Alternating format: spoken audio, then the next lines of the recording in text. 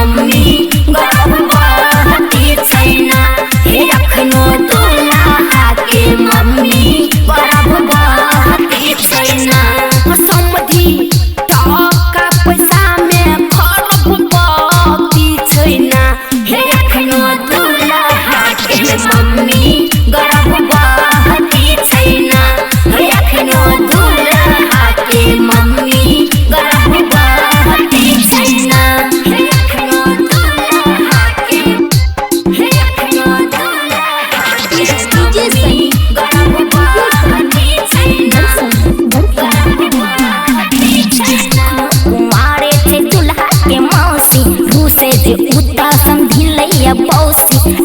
कुमारे थे दुल्हा के मौसी रूसे जे उता समझिलैया बौसी अखनो कुमारे थे दुल्हा के मौसी रूसैया उता समझिलैया बौसी अखनो कुमारे थे दुल्हा के मौसी रूसैया उता समझिलैया बौसी आ समझी के बहिन के नाम लाजपति छैना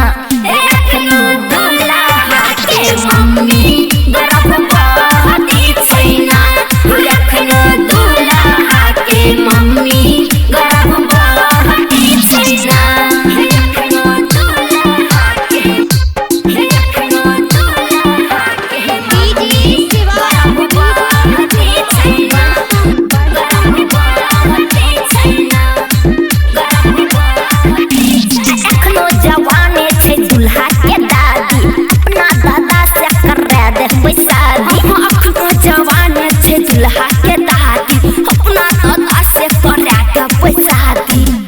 आ दुल्हा के चाची देखै में रूप बहती छैना एखनो दुल्हा के मम्मी बहती छैना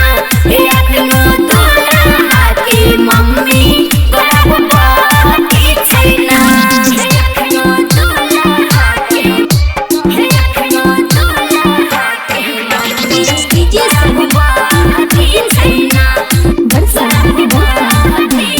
राना के गाना